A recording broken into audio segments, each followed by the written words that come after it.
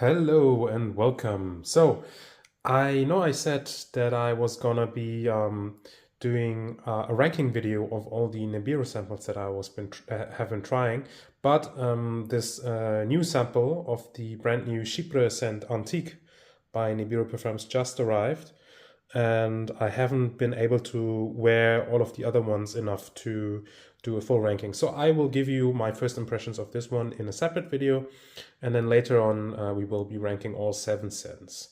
So let's get right into this. I will spray it on skin. 2 big sprays from this really rather good spraying sample. So you can see it here.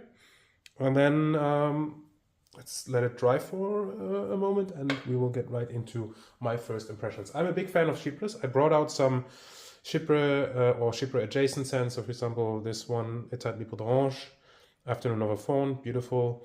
Vol de Nuit, Exit the King, and I have Synthetic Jungle, which is kind of a take on number 19 by Chanel. I got Grey Cabochard, the EDP, Iris Altesse, a little bit further away from a Chypre, but you know, I thought I'd bring out some that kind of remind me of that genre because I think it's kind of underappreciated these days.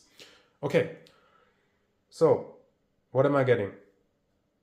It is really rather fresh. So this again is one of those scents by Nebiru Parfums, so by Frederic, that is on the fresh side. It is, in that sense, the opening is more light than any of the other ones besides perhaps Agrias Vetiveris 2. Big bergamot for sure, something green.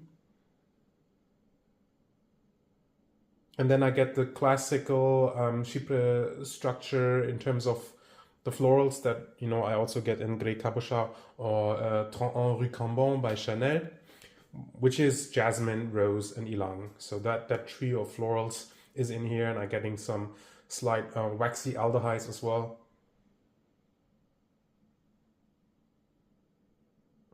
Yeah, it's very recognizably a Chypre, but there's something a little bit different that I'm getting.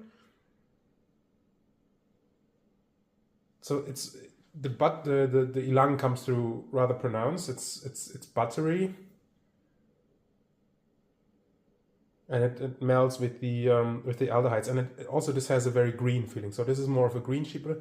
I really this Grey Cabochard is probably my closest reference within these that are on the table right now, because that also is green and aldehydic. It really has a light presence. This doesn't feel nearly as big. This doesn't feel nearly as big as the other Nebiru Parfums. It's very airy.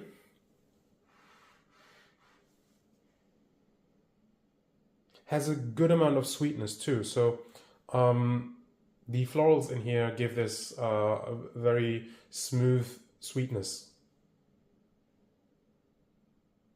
Yeah, what is this weirdness that I'm getting? I'm not sure. There's something slightly tangy, maybe a little bit spicy, aromatic. Slightly herbaceous. It's also got a bit of powderiness, just a slight bit, but there's this tanginess. So what could it be? It's probably something to do with the florals. Maybe there's some saffron in here too, could be. I will be looking at the official notes soon.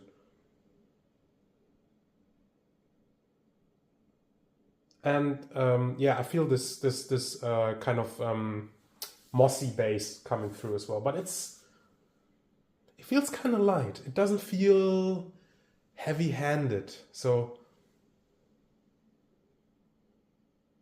yeah, it's not overly leathery. It's not overly earthy.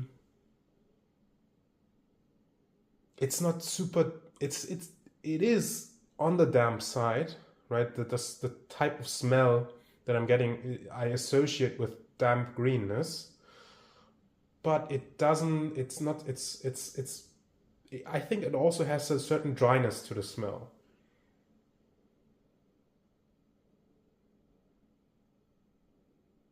It's very nicely floral. It feels really round. As the Nebiru scents go, this one is not as edgy as the other ones, I would say. This has more of a roundness. The jasmine and ylang are, to me, the biggest florals here. The rose is kind of playing a more of a supporting role. The scent, if I think of a color, the scent is like green and yellow, like a mix between something dark green and something, you know, very saturated yellow. Again, like a darker yellow. The aldehydes are slowly starting to fade.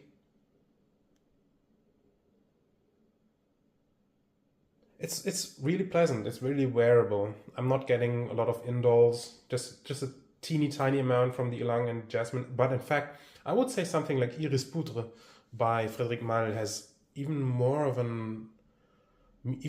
that edge, of that like slightly indolic edge than this was. It's also, these florals are giving me a light fruitiness, something very, very lightly, maybe in that direction of like an apple and a pear, and a slightly bit of that banana feeling that I'm getting from ylang usually. Also has a touch of a soapy feel. All right, let's go through the official notes. So the top notes are Italian bergamot, Italian mandarin, Italian citrus, Italian herbs, Moroccan neroli, vintage 1920s aldehydes, vintage 1930s peach accord. Okay, so there's some peachy, that's usually aldehydes. And then vintage 1940s soap accord Givaudan, vintage 1990s orris resinoid, vintage 1960s co-distillation or from rose, neroli and jasmine, Bulgarian rose absolute, Florentine orris absolute, jasmine absolute, ylang ylang absolute, vintage 1970s oakmoss resinoid, vintage 1950s patchouli, Ceylon santal, so sandalwood, Ethiopian civet, Siam benzoin, vanilla absolute, amber accord, Java vetiver and tonka.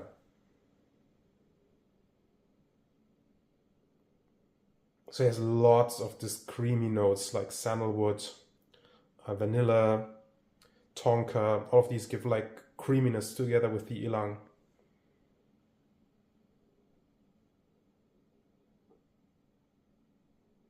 This might also be the sweetest of the Nebiru Parfums that I've smelled so far. It really doesn't feel very bitter.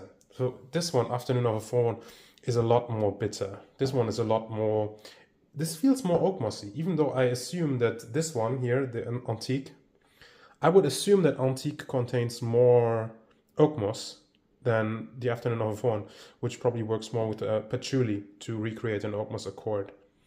But I would say this is way more bitter than this. This has a lot more sweetness. Rose is coming through more at this point. I would say some of the white florals are fading ever so slightly, and I'm getting more of the rose. So I assume this will get a little bit darker as it dries down. Okay, yeah, here, if you want to, you can see like this is, it feels a little bit less oily than some of the other ones. I don't know if the concentration is lower than in the other Nebiru Parfums, or if it's just the types of materials that aren't as oily in themselves, right? Yeah, it's kind of gotten quite soapy now. It's a very easy wear. The civet is just very light. It adds a little bit of a slight brightness, but it's not. This really is not very indolic at all.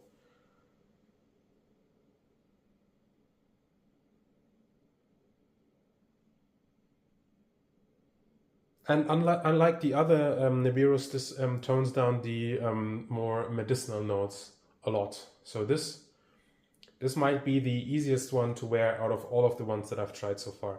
So a very good introduction into the brand for people maybe that aren't used to more of these artisanal scents that are often a little bit on the rough side.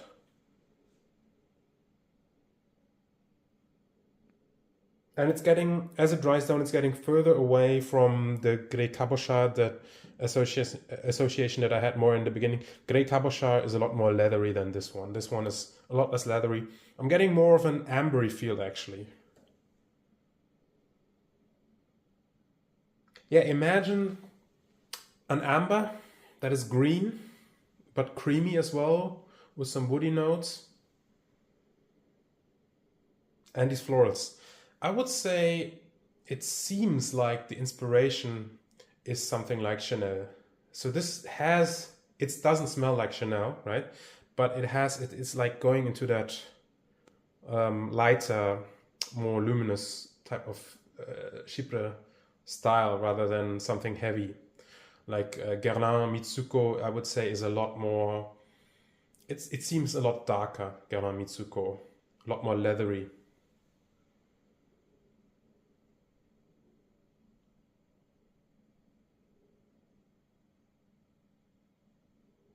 Yeah. Okay. So I think that's about it.